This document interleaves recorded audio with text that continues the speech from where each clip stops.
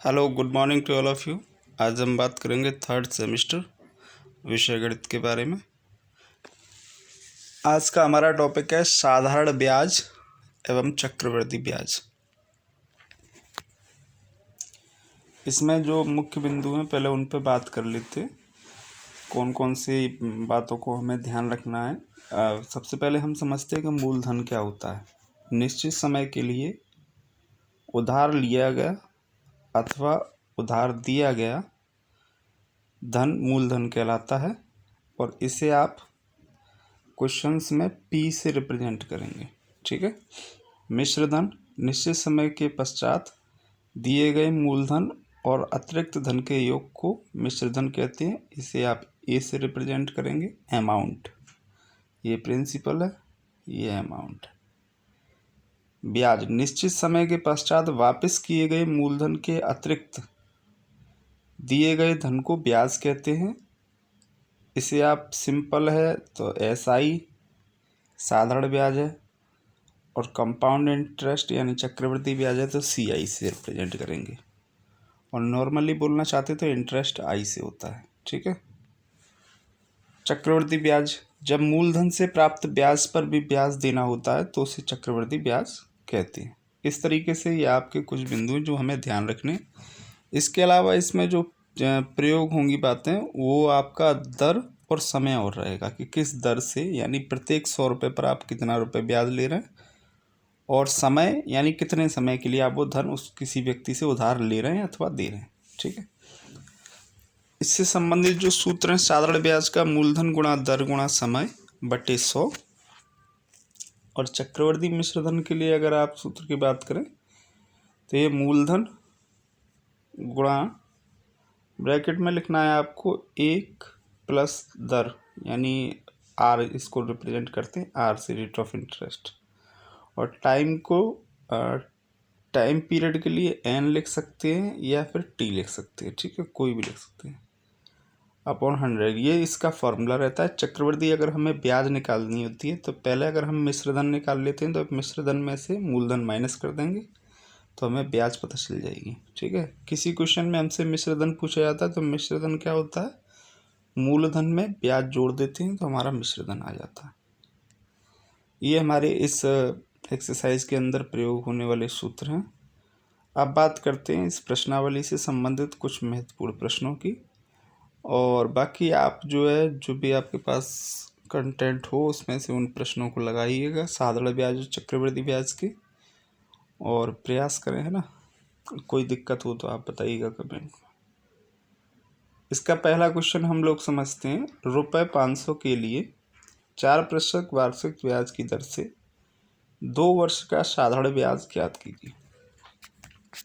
सबसे पहले साधारण ब्याज का हम सूत्र लिख लेते हैं और फिर उसके बाद इसका हल समझते हैं।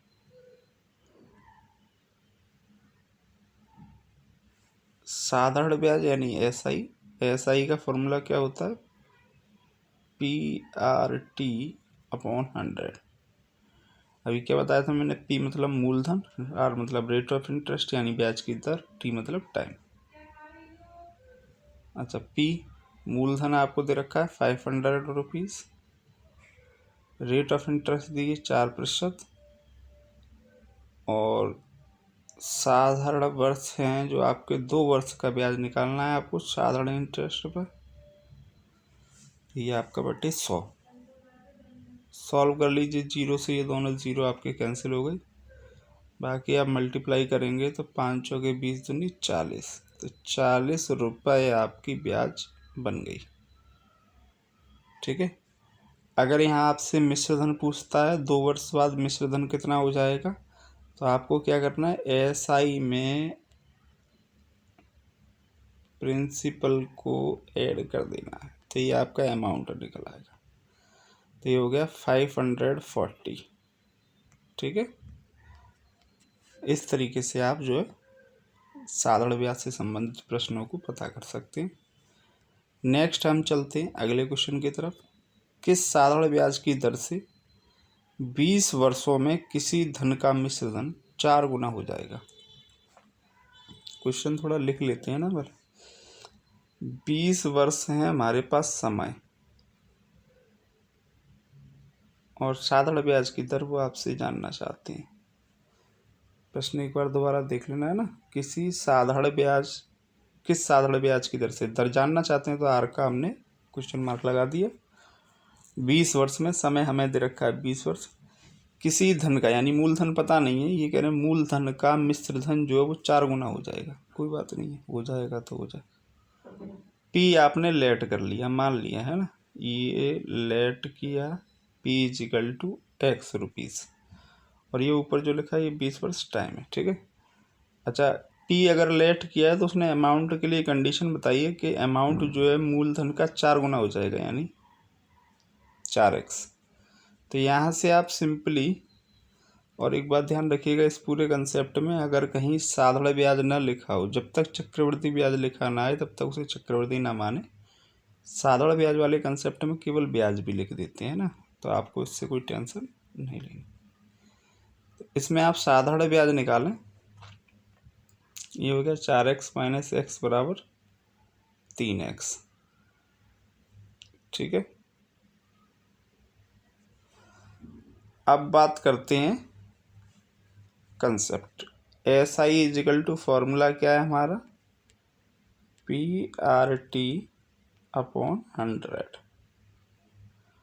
एस आई हमने निकाल लिया 3x, पी की वैल्यू हमारी कितनी है x, आर की वैल्यू हमें पता नहीं, टी की वैल्यू हमारी 20 वर्ष बटे 100, 20 पंजे 100, 5 का इधर क्या हो जाएगा दूसरी साइड में जाके क्रॉस मल्टीप्लाई, तो 15x बराबर एक्स आर, एक्स से एक्स कैंसिल हो गया, तो आर का मान आपका हो गया 15%, ठीक है। ये आपकी आर की वैल्यू आ गई, कितने परसेंट आ गई, 15%। क्लियर है बात। एक बार फिर से इसे देख लें कि साधारण ब्याज की दर से 20 वर्षों में किसी धन का मिश्र धन 4 गुना हो जाएगा। तो आपने क्या किया, साधारण ब्याज आपको पता, मतलब मिश्र धन वो पता करना है, रेट ऑफ इंटरेस्ट है ना, साधारण ब्याज की दर। तो आपने क्या किया, सबसे पहले जो गिवन है आप वो राइट कर दें। इसमें 20 वर्ष समय दे रखा है, rate of interest find out करनी है, मूलधन आपको बतानी है, आपने लेट कर लिया है, जो लेट किया उसी पे बेस है मिश्र धन है ना, तो इसलिए आपका वो 4x हो गया यहाँ पे, और इससे आपका एस आई फाइंड आउट हो गया। एस आई आपको जब पता चल गया तो इससे आपने क्या किया, फॉर्मूले में ये वैल्यू पुट करके आपने rate of interest find out कर लिया, ठीक है। नेक्स्ट क्वेश्चन, 6% वार्षिक ब्याज की दर से 2 वर्ष का मिश्र धन 560 रुपये हो जाता है, मूलधन ज्ञात कीजिए। अब ये वाला प्रश्न है, जो बात मैं अभी आपसे कह रहा था कि यदि प्रश्न में कहीं चक्रवृद्धि ब्याज शब्द का जिक्र नहीं है तो जो ब्याज शब्द है वो साधारण ब्याज को इंगित करेगा, है ना। और अगर साधारण ब्याज पूरा ही शब्द लिखा हुआ तो कोई दिक्कत ही नहीं है, ठीक। अच्छा, इसमें आर की वैल्यू हमें 6% दे रखी है, टाइम की वैल्यू हमें 2 साल दे रखी है, और अमाउंट जो है 560 दे रखा है, मिश्र धन आपको बता दिया है, तो मूलधन आपसे पूछा गया, तो पहले अमाउंट लिख लो 560 रुपये, रेट ऑफ इंटरेस्ट 6% का, टाइमिंग 2 ईयर की है, प्रिंसिपल पता करना है, ठीक है। फॉर्मूला लगाते हैं, तो सबसे पहले हमने फॉर्मूला लगाया P is equal to S I is equal to P R T upon 100।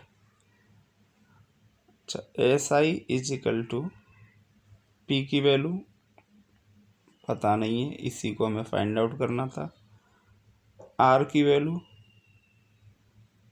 Value हमें गिवन है 6%, और टाइम हमें गिवन है 2 वर्ष का, तो इससे हमारा आंसर आया 12P/100। ये ध्यान रखना है ना, नेक्स्ट पेज पे भी सॉल्व करेंगे इसे, तो ध्यान रखना है। एस आई आपका कितना आया, 12P/100, ये एसआई की वैल्यू है, अमाउंट कितना है आपका 560 रुपये। ये दो बातें आपको ध्यान रखना, और पी की वैल्यू आपने पी ही मान रखी है, ठीक है। ये सारी चीज़ें हो गई। अब हम दोबारा से इसको लिखते हैं। देखो अभी मैंने आपको एक फॉर्मूला बताया था कि अमाउंट जो है it is equal to S I plus principal, है ना। जिस भी कंसेप्ट में हो, सीआई में होगा तो सीआई में साथ। अमाउंट आपको जो गिवन है वो 560 रुपये है। एसआई आपने अभी अभी निकाला 12p/100 प्लस प्रिंसिपल को आपने पी ही लेट कर रखा था, तो ये हो गया 12p।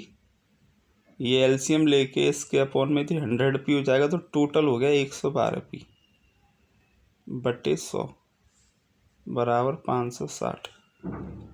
112 से 5 बार ये सीधा सीधा कैंसिल हो गया, 112 पंजे सीधे सीधे हो गया 560।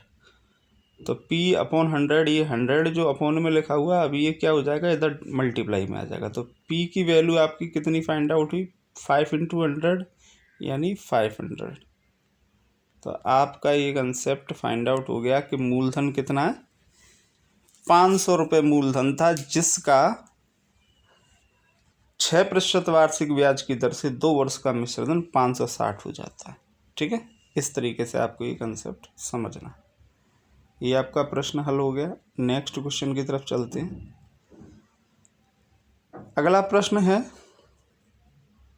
₹100 का 10% वार्षिक ब्याज की दर से, 100 रुपये हमारे पास, 10% वार्षिक ब्याज की दर से 2 वर्ष के साधारण ब्याज और चक्रवृद्धि ब्याज का अंतर क्या होगा, ठीक है। 2 वर्ष का आपको साधारण ब्याज और चक्रवृद्धि ब्याज का अंतर निकालना है। तो फॉर्मूला एक साथ लगा देते हैं। तो देखो एसआई जो होता है उसका फॉर्मूला PRT/100 होता है ना। और सीआई जो होता है उसका फॉर्मूला अमाउंट में से आप प्रिंसिपल माइनस करेंगे तब निकालेंगे, क्योंकि आप डायरेक्ट नहीं लगा सकते।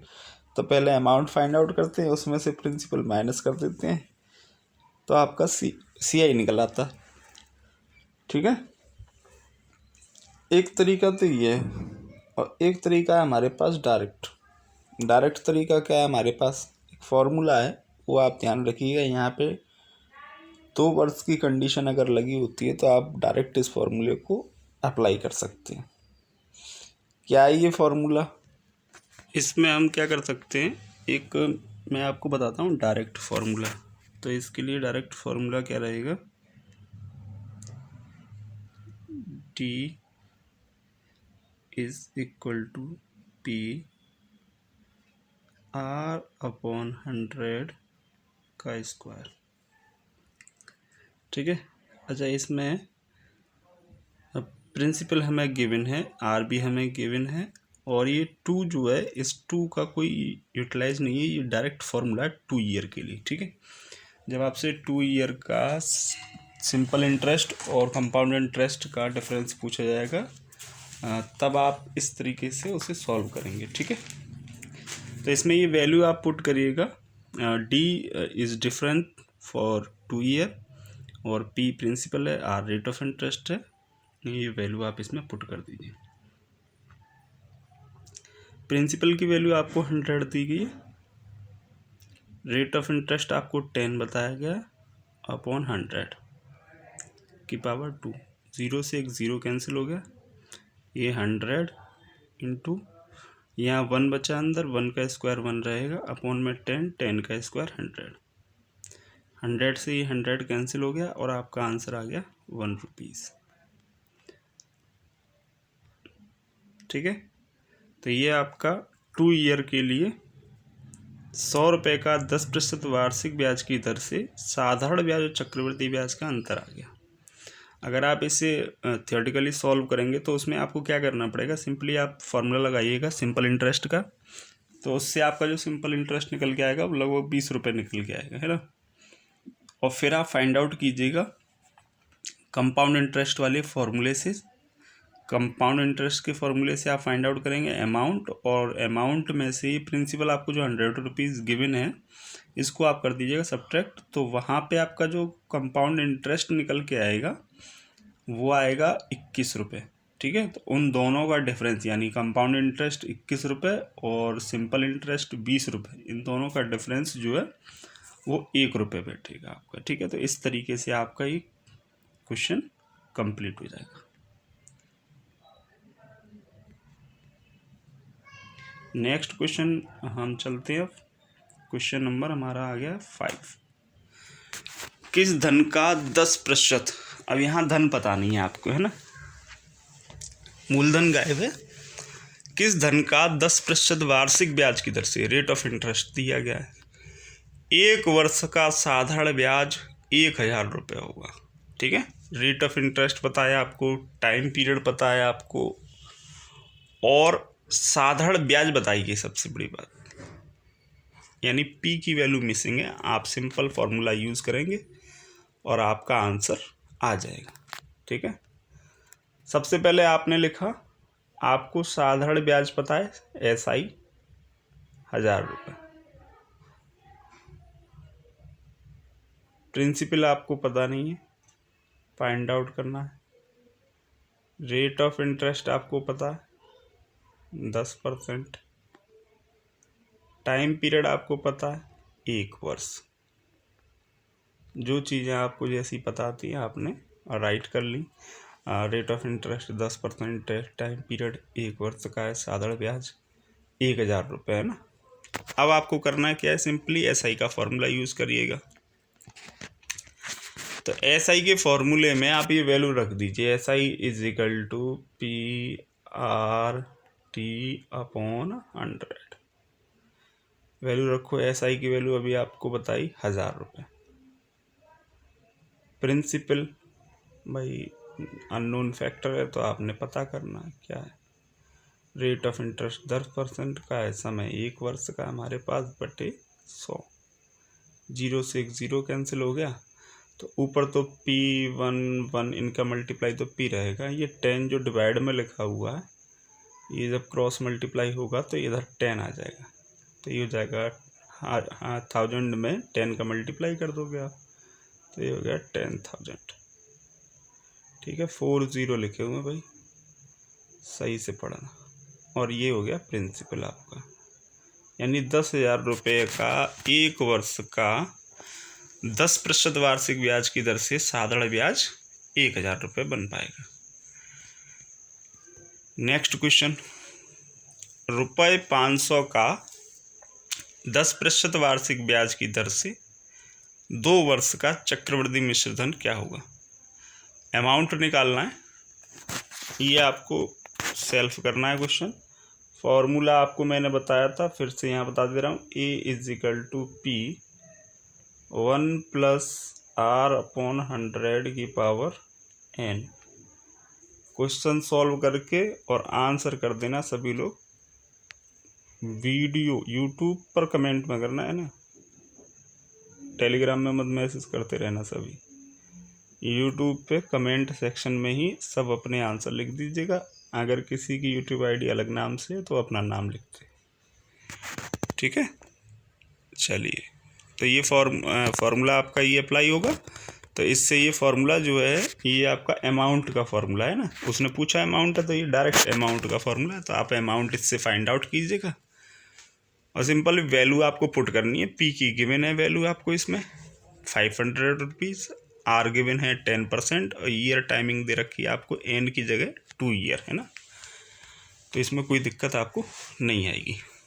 चलिए नेक्स्ट क्वेश्चन की तरफ चलते हैं। क्वेश्चन नंबर 7,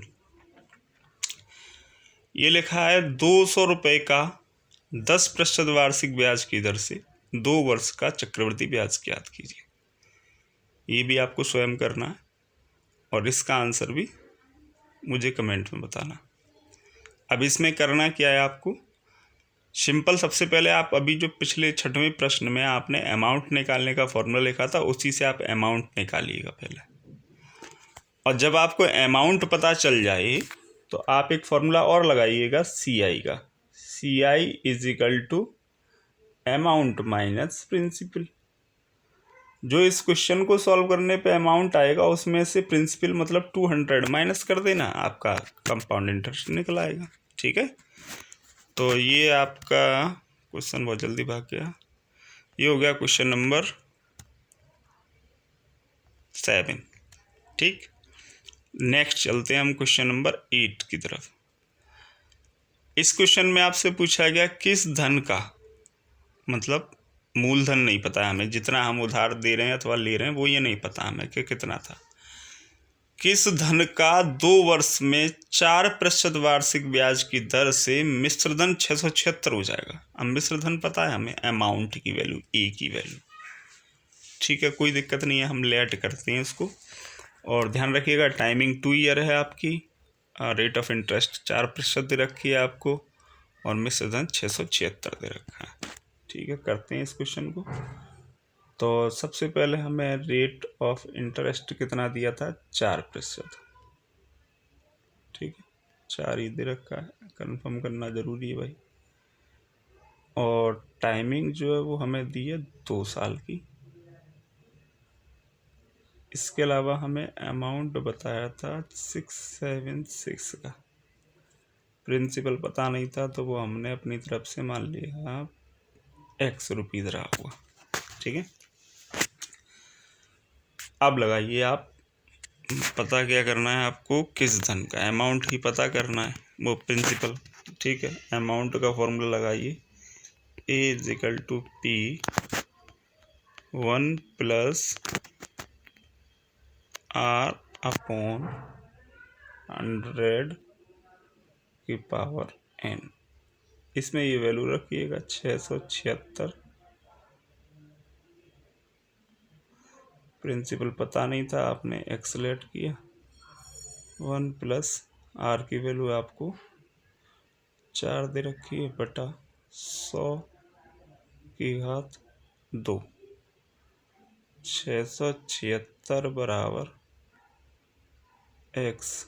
4 से काटेंगे तो 25 बार कट जाएगा, 25×25 और 1 26/25²। अच्छा, 26 का स्क्वायर करेंगे आप, इसको पेज तो यहाँ थोड़ा ख़त्म ही हो गया, तो इसको लाइन को थोड़ा सा ध्यान रखिएगा। मैं अगले पेज पे इसको दोबारा से रफ करके लिखता हूँ, है ना। तो यहाँ पे आपका लिखा हुआ 676 जो है बराबर है X 26/25 का। इस लाइन हमें लिखना था 676 इज इक्वल टू 26/25। ठीक है, ये आपको लास्ट आपने सॉल्व कर लिया था। अब आता है आपका ये 26 का स्क्वायर कितना होता है, 25 का स्क्वायर कितना होता है। तो इसके लिए मैंने आपसे कहा था कर लेना भाई, 30-35 तक स्क्वायर याद कर लो, तो आपको जो है डायरेक्टली हो जाएगा। अब जिसको नहीं डायरेक्टली कंफर्म होगा तो उसको क्या करना पड़ेगा, फिर मल्टीप्लाई करते रहो। करो भाई 26 का 26 से गुणा। ठीक है, 26 से 26 गुणा करेंगे तो डायरेक्ट यही वैल्यू निकल के आएगी 676। लेकिन आपके कंफर्मेशन के लिए, अपनी संतुष्टि के लिए कर लें। 6 का गुणा 6 से किया आपने, 36 हो गया, आपका कैरी हो गया 3, 6 दूनी 12 और 3 होता है 15। नेक्स्ट नंबर का मल्टीप्लिकेशन करेंगे तो 2 का 6 से किया 2 हो गया, 6 दूनी 12, कैरी हो गया 1, 2 दूनी 4 और 1 5। अगर आप इसको ऐड कर रहे होंगे तो 6 7 6 आंसर आ गया आपका। ठीक है, तो ये आप ध्यान रखेंगे तो आपको ये वाला समय जो आपने गुणा करने में बिताया, ये आप अपना बचा सकते हैं। दूसरे का बच गया, दूसरे का आपको पता होगा 625 होता। अब आपका ये 625 जो भाग में लिखा हुआ वो इधर गुणा में आएगा, इधर साइड जब जाएगा गुणा में आएगा, 676 भाग में आ जाएगा। तो 676 से ये 676 एक बार कट जाएगा, तो x बराबर आपका जो 625 था ये इधर 1 से गुणा हो जाएगा, तो आंसर हो जाएगा 625 रुपये। और ये आपका आंसर आ गया फाइनल 625 रुपये। तो 625 रुपये का 2 वर्ष में 4% वार्षिक ब्याज की दर से मिश्र धन 676 रुपये बैठेगा। ठीक है, ये आपका आंसर हो गया। अब हम चलते हैं नेक्स्ट क्वेश्चन की ओर, क्वेश्चन नंबर 9। कितने प्रतिशत वार्षिक ब्याज की दर से 2 वर्ष में 400 रुपये का, ये मूलधन लिखा है, मिश्र धन 441 रुपये हो जाएगा। अभी जैसे बताया सेम ऐसे ही कंसेप्ट से आप इस क्वेश्चन को तैयार करेंगे, सॉल्व करके देखेंगे, आपका जो आंसर आएगा आप मुझे बताएंगे। तो आपके लिए टोटल 3 प्रश्न हो गए इस एक्सरसाइज से, ठीक है। तो तीनों प्रश्न आप सॉल्व करके मुझे आंसर कमेंट करिएगा। क्वेश्चन नंबर है आपका 6, 7 और लास्ट है 9, ठीक है। अब हम बात करते हैं क्वेश्चन नंबर 10 की। एक नगर की वर्तमान जनसंख्या 1,40,000 है। यदि नगर की जनसंख्या में 10% की वार्षिक वृद्धि होती है तो 3 वर्ष बाद नगर की जनसंख्या क्या होगी। ये अमाउंट पता करना चाहते हैं ना। ये जो कंसेप्ट है, इस तरीके के प्रश्न हमेशा चक्रवृद्धि ब्याज के हिसाब से होते हैं, क्योंकि वर्तमान जनसंख्या में जो वृद्धि होगी वो अगले साल की वर्तमान जनसंख्या हो जाएगी, है ना। वृद्धि के बाद जब जनसंख्या काउंट होगी तो अगले साल वही वर्तमान जनसंख्या के तौर पे काम करेगी। इसलिए ये चक्रवृद्धि ब्याज वाले कंसेप्ट से इन प्रश्नों को हल कर सकते हैं आप। तो ये प्रश्न भी आपको स्वयं करना है, और करना क्या है इसमें, ये चीज़ें मैं आपको बता दे रहा हूँ। तो जो नगर की वर्तमान जनसंख्या है ये है आपका प्रिंसिपल, मूलधन, है ना। तो यहाँ पर इसको हम पी से रिप्रेजेंट करेंगे। यदि नगर की जनसंख्या में 10% की वार्षिक वृद्धि होती है तो ये आपका रेट ऑफ इंटरेस्ट हो गया। ये रेट ऑफ इंटरेस्ट पॉजिटिव है, कभी कभी वृद्धि की जगह हास या कमी भी लिखा आता है, तो आपको रेट ऑफ इंटरेस्ट नेगेटिव लिखना पड़ेगा।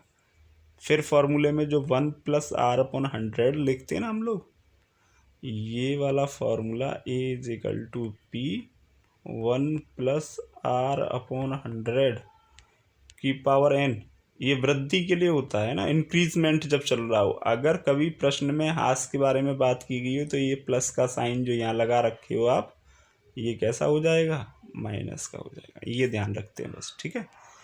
अच्छा है, और बाकी समय आपको 3 वर्ष बता दिया गया है, तो आपको अमाउंट की वैल्यू, ए की वैल्यू पता करनी है 3 वर्ष बाद कितनी हो जाएगी, ठीक है।